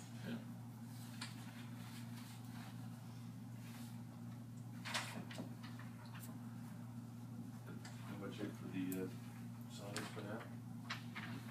That's pretty much what we've had on our agenda tonight, other than that, is there any? I've actually wanted to address something, heard a little statement because it's worthwhile. I hear that there's a bit of a tempest in a tree pot brewing in certain quarters of the village about my recent role as a foster parent. I've recently become a foster parent. My foster child came to me sickly and in need of care, but is now getting stronger and looking green and leafy. My foster child is a tree, and I call him Larry. Larry is a red oak purchased last month as part of the village's spring tree planting on Main Street. And shortly after Larry arrived, he displayed signs of stress and developed a fungal infection known as anthracnose, and that's something you might refer to as athlete's foot for trees. As with cases of poor health, the patient needs rest, shelter, and attentive care. Mayor Falloon and I put our heads together and came up with an ad hoc solution that I would be the foster parent to this young and sickly little tree whom I call Larry. Like any good foster parent, I will care for my foster child until it's healthy and ready to be planted as a street tree, which is likely to be this fall. I'm very happy to be a foster parent to little Larry. And I'd like to take this opportunity to thank Mayor Falloon for his support and collaboration when it became clear the little fellow was not suitable for planting along any sunny street in the village and would need shelter and extra care until he bounces back. I'd like to thank the people who are responsible for gifting money to the village to purchase Larry and all the other new trees this spring. First and foremost, Tom Ralston, who gave us an angelic-sized contribution, Jen Zwarek, who also contributed, and lastly, yours truly, I gave a contribution as well. I'd also like to thank our hardworking highway crew for their diligence and determination in planting the trees, and all the neighbors and volunteers who are helping to keep them watered throughout the summer. I'll be posting on my blog a little informative piece about the fungal infection anthracnose, aka athlete's foot for trees, and a little bit more about little Larry and how the garden and regular watering are turning him into a healthy tree, and in a few short months, how he'll be planted alongside his peers on Main Street. Thank you. Thanks. Good luck to Larry. So wait, where is Larry located? Larry's in my garden. Why didn't Larry just go back to the nursery? Because we wanted to keep him, to tend him, and plant him eventually. He has, he suffered stress and sun scald and developed a fungus infection, which is always ubiquitous according to the DEC forester. They need to be not exposed to full sun all day and they need regular watering. So the thing that was Why was difficult, Larry chosen to be a village tree? because red oaks are salt tolerant, and But not sun and youth, apparently. well, he didn't travel well apparently, so. It's him. Can I ask who planted it? Was it the highway department that planted it? The highway department brought it up and dropped it off at my driveway, and my neighbors, Charlie Rappeljay and Chris Darman, helped me wheel it into my backyard and wheel it in. Are you a licensed arborist? Is this public comment time or can Yeah, everyone just speak up? Any Okay, Thanks for your time. All right, public comment.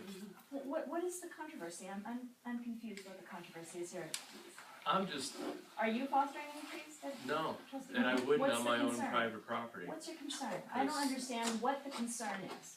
Because if we're accepting public donations and we're buying village property, is it, Did you give money to get a tree?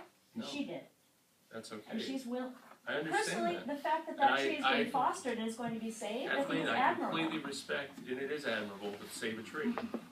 But to have what amounts to a piece of village property put onto your private property, can I go visit it? I mean, I don't know, did you have yours? That is no, I haven't. It's a public tree. Somebody did. Somebody went to visit it. I'm sorry. No. Somebody went on your property? Yeah. Who? I don't know. But somebody To did. look at this tree? Yeah, apparently, yeah. Why do we have a tree nursery if I'd Your start with the people backyard that is are better. that are asking questions where it are, where it's located. For obvious reasons, a tree nursery is in full I sun. would love Full to know, sun. Matt, I would love to know your reaction if Yeah. the tree was planted in my backyard. It's not. Is it planted? It's in a pot. No, it's in a idea. pot. That's great. Yeah, great. It's not- Obviously, we haven't seen it. And that's your story. We've had numerous issues in the past where elected officials in the village that other trustees or the mayor may or may not have known what they were up to, and it's caused major issues because No, you're making a major. Here's I don't- I don't am think not. The this is- mayor was aware of The this. mayor The mayor was aware of this and suggested that That's I look great. after it. So if you have a problem with what the mayor decided about this tree, you Oh, should take it up with the we mayor. will.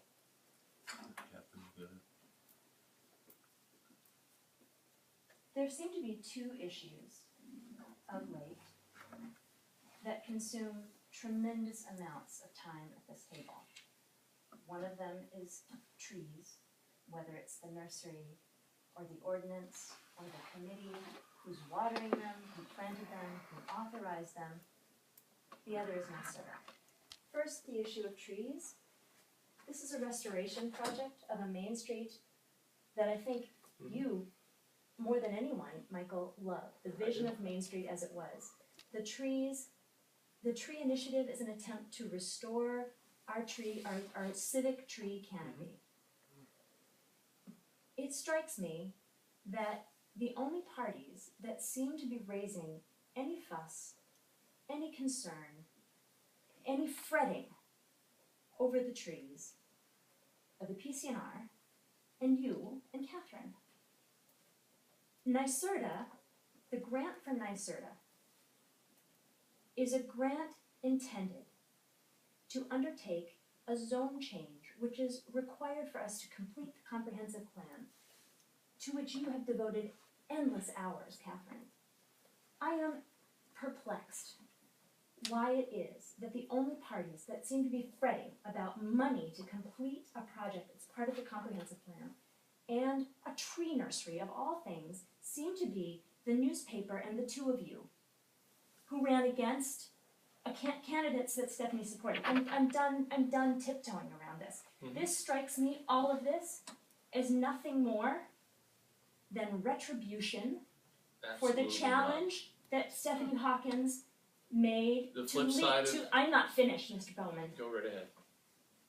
For the challenge that she made when put under legal pressure around First Amendment issues. We come back to First Amendment issues. I believe that you are spending so much time creating controversies that are not real, or that a very limited number of parties seem to be fretting about, when we have very important municipal work to do. We do. We have sidewalks to repair, we have potholes to fill, we have large development projects to review, we have garbage to deal with, and we spend our time fretting about a tree in the backyard of a woman who's volunteering her time to care for it. It is nonsense. Just to address the two issues, trees and NYSERDA, that you say this end of the table are fretting over, we're also this end of the table that is being left out of the conversations. How I are find you out left that out? trees, You're not being left out of the conversations. You have, Stephanie, I you have found out received that that trees were material? being planted on Main Street because I saw it on Facebook. I never had the discussion. There's a tree ordinance being drafted by a tree committee that I don't believe the village board ever charged the tree committee to draft. Well, It's It's not. in the resolution. It It is, hasn't- by it hasn't- resolution. Maybe you weren't paying attention in November of But- last year. I wasn't on the board in November of last year. Do your research if you have a question. No? You seem to be mystified that there are appointments that have been made. They have been made by resolution. Which appointments? The creation of the tree committee. the appointment of members to the tree committee? I'm not mystified over that at all. I was, Okay, so why are you well feeling aware like of you've it. left out of the discussion? It happened in November. I used a specific example of the trees being planted on Main Street that I didn't know about until I read on Well, Facebook. that was a project that was discussed I didn't know- last What's your fall. objection? What's your objection to it? To what? To trees being planted on Main Street, Oh, no. what is the I objection? had no objection Well, why are you whatsoever. raising? Why are you So why are saying, you why are you making a talking fuss about it? I have Because done people nothing ask wrong. me when I run into them on the street, oh, there's a new tree on Main Street. Isn't that great? Say, yay, a new tree. No, but they ask me where it came from. So tell So us. tell the tree commission. Tell them that Tom Rolston gave the money. It just The mayor sprouted. authorized the planting. These are simple things. This isn't, you are creating controversy where there is I am none. not creating any controversy. You are. You are. Absolutely Yeah, not. You are. Yeah, you are. Absolutely not. I would suggest that And I making find it- inferences that a Can I tree in her just answer backyard one more point to represents some Kathleen? sort of theft is indeed a Yeah, I controversy. mean, I think that And that is I the find it subtext here, right? quite funny that, to get to your point about this side of the table, that the people in the audience that are yelling at me right now are also of that political side that I ran against, supposedly, which I thought we were supposed to get beyond all I of would this. love for you to get to the Why don't you healing get you beyond talked it? about. I'd Let's love get for you to beyond get it. to the healing. Let's do it. Go. Matt and Joe, I shook your hand the day after the election. And, I mean, where Stop where bringing up where these have false. we gone? Stop bringing up these false things. Like What why? am I bringing up? This tree. Tree in the tree. backyard? I Tree didn't in the even know there backyard. was a tree in the Come on. backyard till Stephanie's reading Oh, her that's statement. not true. That's interesting, Mike, that you That asked is where not is this the tree false Your first question is where is this tree located? Yeah. That Where doesn't is really it sound located? like you didn't already have the information. Yeah. But okay, maybe you did. We've had conversations about this. With who? With who? Do you have my phone tapped? I mean, No. with who? I mean, it's ridiculous. PC and ours taps this side, not Can- that side. Can we get to more serious discussion here? Yes. Yeah. The signage at Main and Chestnut, is that an issue of the sign ordinance, the sign chapter in the code, and the zoning chapter in the code? Isn't there something else in the code of dealing with highways and placing thing in village rights of way, that regardless of whether it's sign or somebody puts up a statue of George Washington or whatever, that it still would be an obstruction in a village right of way, or in a state right of way, since that's a state road? I thought, yes, there was. thought when I asked about the DOT sign. Well, you cannot put anything in a DOT right of way without their permission. Now, our village code doesn't get that specific, so But the DOT right of way would include that grassy area that's right. along the sidewalk. Right, it would be, depending on what road it is, the right of way would be, So on it could 9D, depend. So many feet off center line. Yeah, it's typically 25 feet from the so on the center line. corner that we're discussing, those signs would be in the DOT right of way, so our section 104 would be superseded by the state. Yeah, we couldn't give permission to put somebody in, to put signs in the state DOT right of way. In our own right of way, So that whole we could. back and forth about the signs was moot because we don't even have permission to grant or deny in that right of way. Okay, I don't know if that it was the state's right of way. It has But- to be if it's 20 feet off the line. I mean, that's, So it either becomes the it state's probably right away or extends St. into the Mary's sidewalk of the. Well, alright, so it just depends on what is the actual right of way. I don't wanna say, I believe it's 25 feet, it could be shorter, but the concept is correct. If it's the DOT right of way, then they own it. And we can't put anything in it, we can permit someone to put anything in it without their permission. We would get And it. are we charged with enforcing that? Well, it's always a rub on the state roads. The highway department, the state highway department, there are instances where they come and enforce, and come through and take down signs that don't belong there. Doesn't happen every day. I haven't noticed it happen in Cold Spring, but. Yeah, well,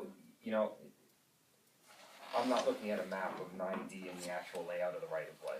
So I my experience has been whenever I've dealt with signage on the state roadways is, I have, a survey of my client's property, wherever that is, where the edge of where the right of way starts, what's its relation to the center line of the pavement, and if we were gonna put something in there, then we have to go to the DOT and get a use and occupancy agreement. Now, temporary signage, if they have crews coming through and it's in their right of way, They may take it down, or they may just leave it because they don't wanna deal with it, which is entirely possible. I mean, the problem we're gonna have there though is there isn't gonna be any property that's belongs to the village that we can say yes or no on. It's Okay, gonna so- be the church's decision or it's gonna be the state. But we can regulate what the church permits on their property. That we can do. So is there something that, you know, in advance of our conversation next week, do we need to reach out to representatives of the state and find out for this stretch where, what that, or is it a uniform? I just need more info. Look, I saw the back and forth on when I got in on Monday. I didn't look at any of it over the weekend. As to my response to Bill was, hey, look, if we have a code section, then enforce it. That's what I had said the You know, same thing. Not thinking about the larger picture about Lusk because it didn't jump off the page at me as to what went on in 2006 with the Lusk, decision. So now that I know that that's an issue, then I'll re-examine that. As far as designating an area, if the intended area is in fact in a DOT right of way, then it is moot because we can't permit that to occur in a DOT right of way. Now, whether we can take something down in the DOT right of way may be a different story. So I'll take a look at that, and I'll also confirm if 9D, if that corner is the question, then we can That's the most obvious one. I mean, Okay. there are other instances in the village where there's signs now attached to power utility poles that Yeah. I think is illegal as well. Let's see what we can do to rehab 104. I think that's probably the most important thing that we can do. It's the fastest way to get from A to B is to say, all right, exactly what can we do at 104? What needs to come out? And then you guys say, this is what I want to keep in, and this is what I want to add. And I would limit it to that because if we're gonna within the next 12 months engage in a more comprehensive zoning review, I don't want to start redoing your sign ordinance right now. It's not going to make too much sense to bisect, kind of cut that out from a larger process when it could be part of a larger process. So I have an idea of what we need to do, and And the 90 coordinator for that I've worked with many times on even trees, obstructing signs or crosswalks or whatever. I can give him a call to take that footage off. who is that? I always deal with either Rockton Agro or Kathy Busa. Oh, Kathy Busta. This guy's name is Hurley, Jim Hurley. Okay. And he hasn't been that reliable most recently, so then they've been shifting people all the time up in the dot, so every time I call her, somebody else. Okay. There was Gail Curtis before him. So are we planning to have a policy discussion about the kinds of criteria we want to apply to signs, or next week, or are we simply focusing on 104 and what to do with 104? Well, I think everybody should be clear as to why 104 is broken. Right. And then we can talk about how we can fix it. Okay. And then, So I that think means that- you. yeah. Okay. All right. Any other public comment? Dave? Yeah, I just want to comment on the big bellies. Bruce and I both went to one of the initial meetings over at, that Mary Ellen had it over at the county, and where they, told us absolutely they wouldn't be sharing sales tax. But that they wanted to work with us collaboratively, whatever, but it seems like whenever this happens, I guess meaning collaboratively means that they don't have to invest anything. For them to, the deal that Vinny offered tonight is not a great deal by any means because it's money you already have. So to me, I would push for the big bellies to be added to that, because they're the ones that are promoting tourism. They're the ones promoting our town being inundated by tourists on weekends or whatever, and we get nothing out of that. I mean, if 2 tourists came versus 20 or 2,000 as far as what we receive back in taxes, there's no difference to us. So they're promoting it, and we're making this happen for them, and I think we should, a few $1,000s from them isn't a lot to ask, and especially when they're saying they won't share sales tax with us, and that they also want to work with us and be good partners. To be a good partner and to use us as a test for these, for these compactors is ridiculous anyway. And to take money that they're already giving you and not add money to that it's a poor deal. You know, if they really, mean what they say and they wanna work with us, then I believe they should pony up a few $1,000s and it's not gonna break their bank account, and I think that's what you guys should push for. I think that's what Vinnie touched on in the end, with asking for like 10,000 or whatever. You seemed a little perturbed that you weren't going ahead with everything. Yeah, but, well, the letter's gotta be written, we can consider asking for more over and above, Alright, so we'd add to, Couple comments about the boat docking and the C Street.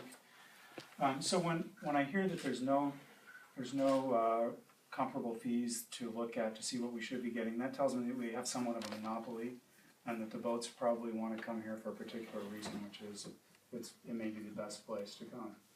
So keep in mind that you're a negotiator with them when you're asking for how much they'll pay per foot, and that it might be, when they say, well, I have to take $3 back, they may be negotiating with you, and you may be able to get quite a bit more.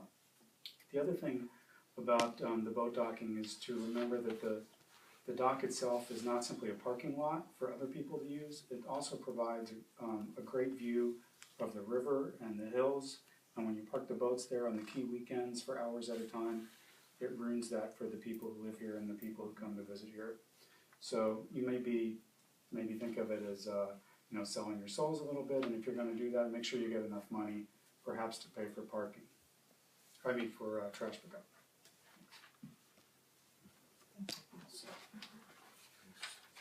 I have a question regarding the process on the Grove. I recall last year that the village board passed a resolution declaring that the Grove was surplus to the needs of the village and therefore it should be RFP. And but I thought that there was supposed to be a subsequent public hearing actually on the disposition of the asset. And would the contract be offered to the Marinos prior to a public hearing or after it? I have to go back and take a look at that. As a matter of fact, I was just reading, I was just going back through my notes to reconfirm the process. In the RFP, we do say that we're going to have a public hearing after. So I will, I'll confirm and I'll advise the board. Yeah, but would the offer of the contract precede that or be after the public hearing? Well, that's what I understand the question. Okay. I don't know. Okay. My last research was that the public hearing actually wasn't required on the disposition, but the RFP does say that there would be a public hearing. So I'll try to reconcile that for the board, and if we, I know we said the RFP says we do it, so maybe what we do is, as a belt and suspenders, if you guys want, well, as of right now, we still don't even have we don't have consensus on a final price. So,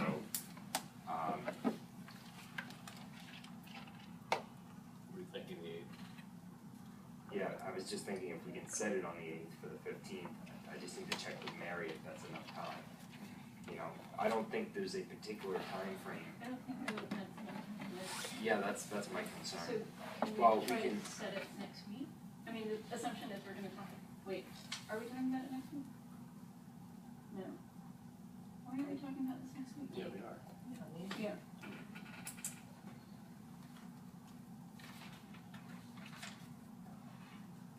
So ostensibly we can set the public hearing. Yeah, I'd like to have the public hearing.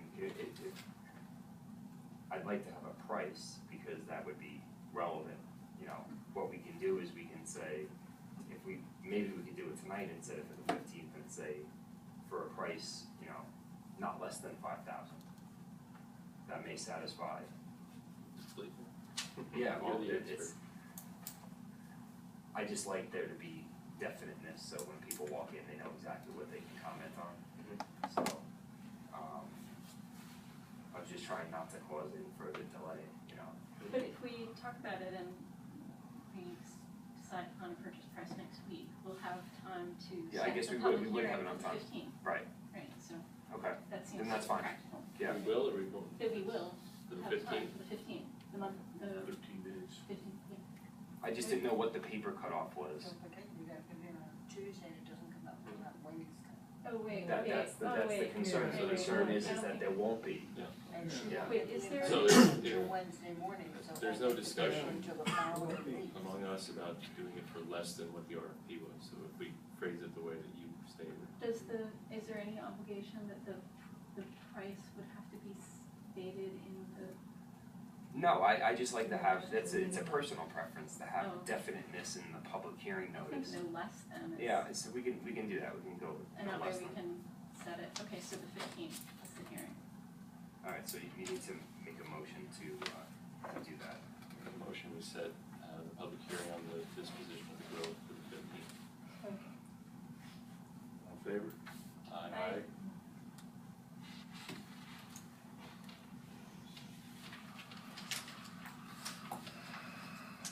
Any more public Yeah, comment? just Alice?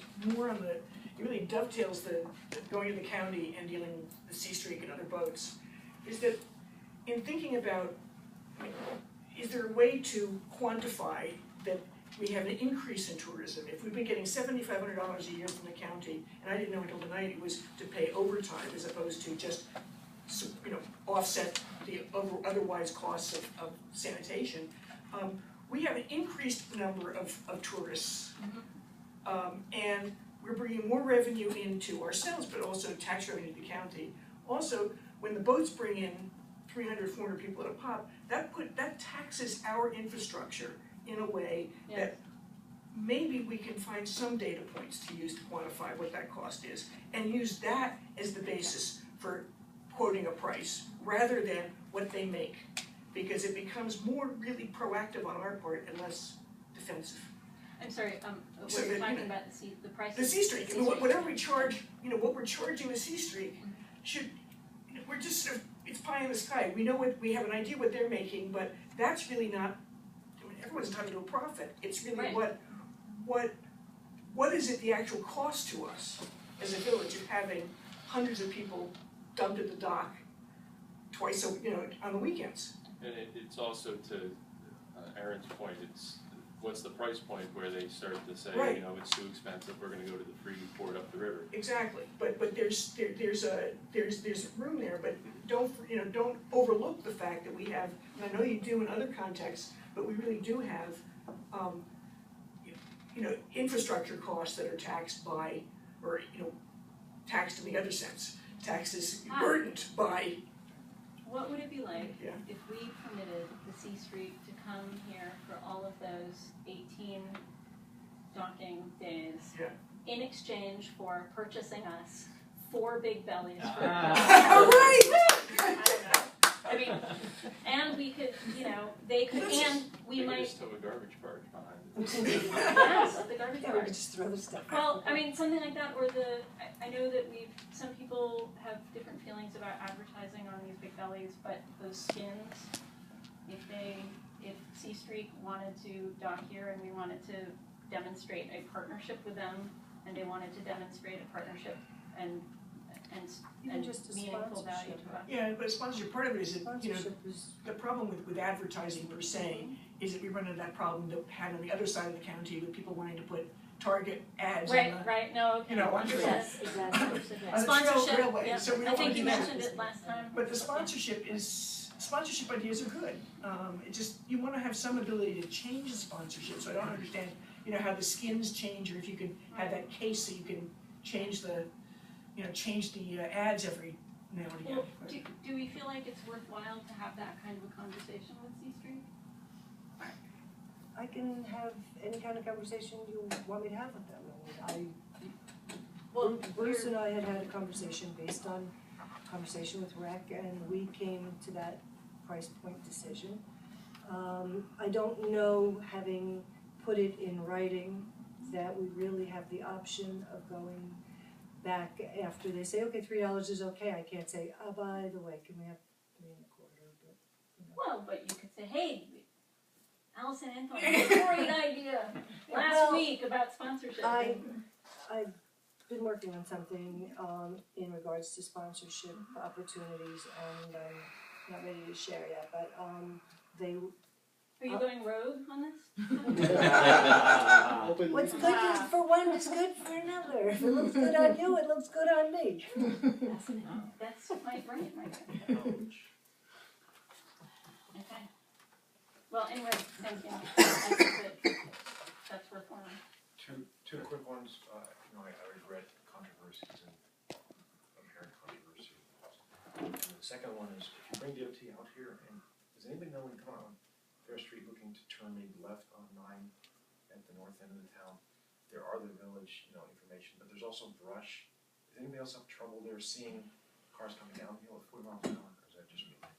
There's What's like the brush. town? So it's, There's some. It's, Is that the town? town's Yeah. property, right? Yeah. Even though our sign is there, it's still town property. All the points. we've been to trying using to our take car. that, annex it by having that sign there, but it hasn't worked. It's the town stuff.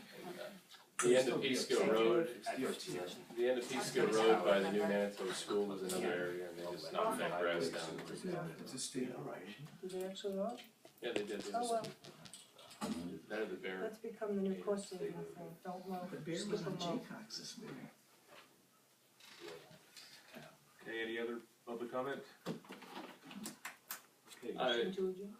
Just one more point to Kathleen.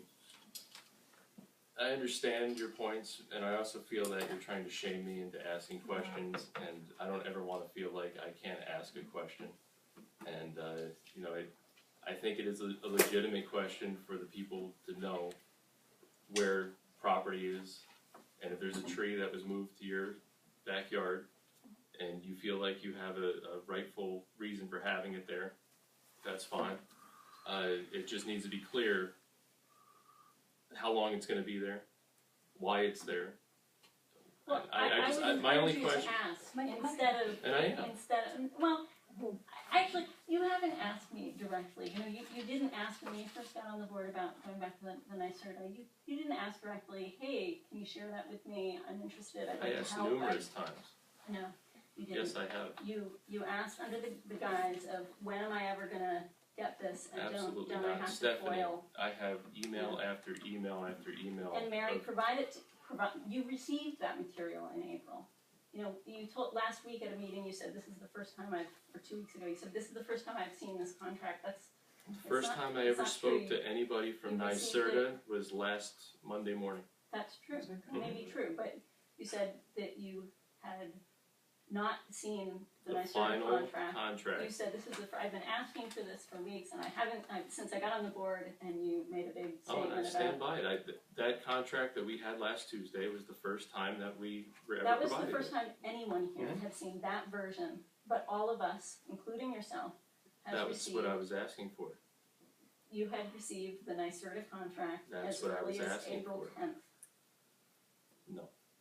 That was. I received emails from Mike that he was going to bring to the meeting, which it wasn't provided at that meeting because you forgot the first time. Mary, I just think we can apologize. the village clerk provided to you Mhm. exchanges that had been had with NYSERDA, including that agreement. The first discussion I had with NYSERDA was last Monday. That may be And I was so. asking for contact information since the day that I took office. You were forwarded all of that correspondence. I did not have At a village. contact I did not have a contact at NYSERDA that was handling our project till last Monday. That may be And so. I can prove it. But But that's anyway, not what getting you were back to the asking trees. for. And so my point here is that if you ask instead of sniffing around or showing people photographs or Showing people suggesting photographs? that there's, You're accusing me of what, trespassing in your yard? I don't know, did you? No, I did not. Alright. Absolutely not. Deputy Mayor, Yes. Trustee Bowman addressed his comment to me. Mhm. I want all of our trustees to ask questions, it's your job. Yes. I have no problem with asking questions, please keep asking, ask deep probing questions.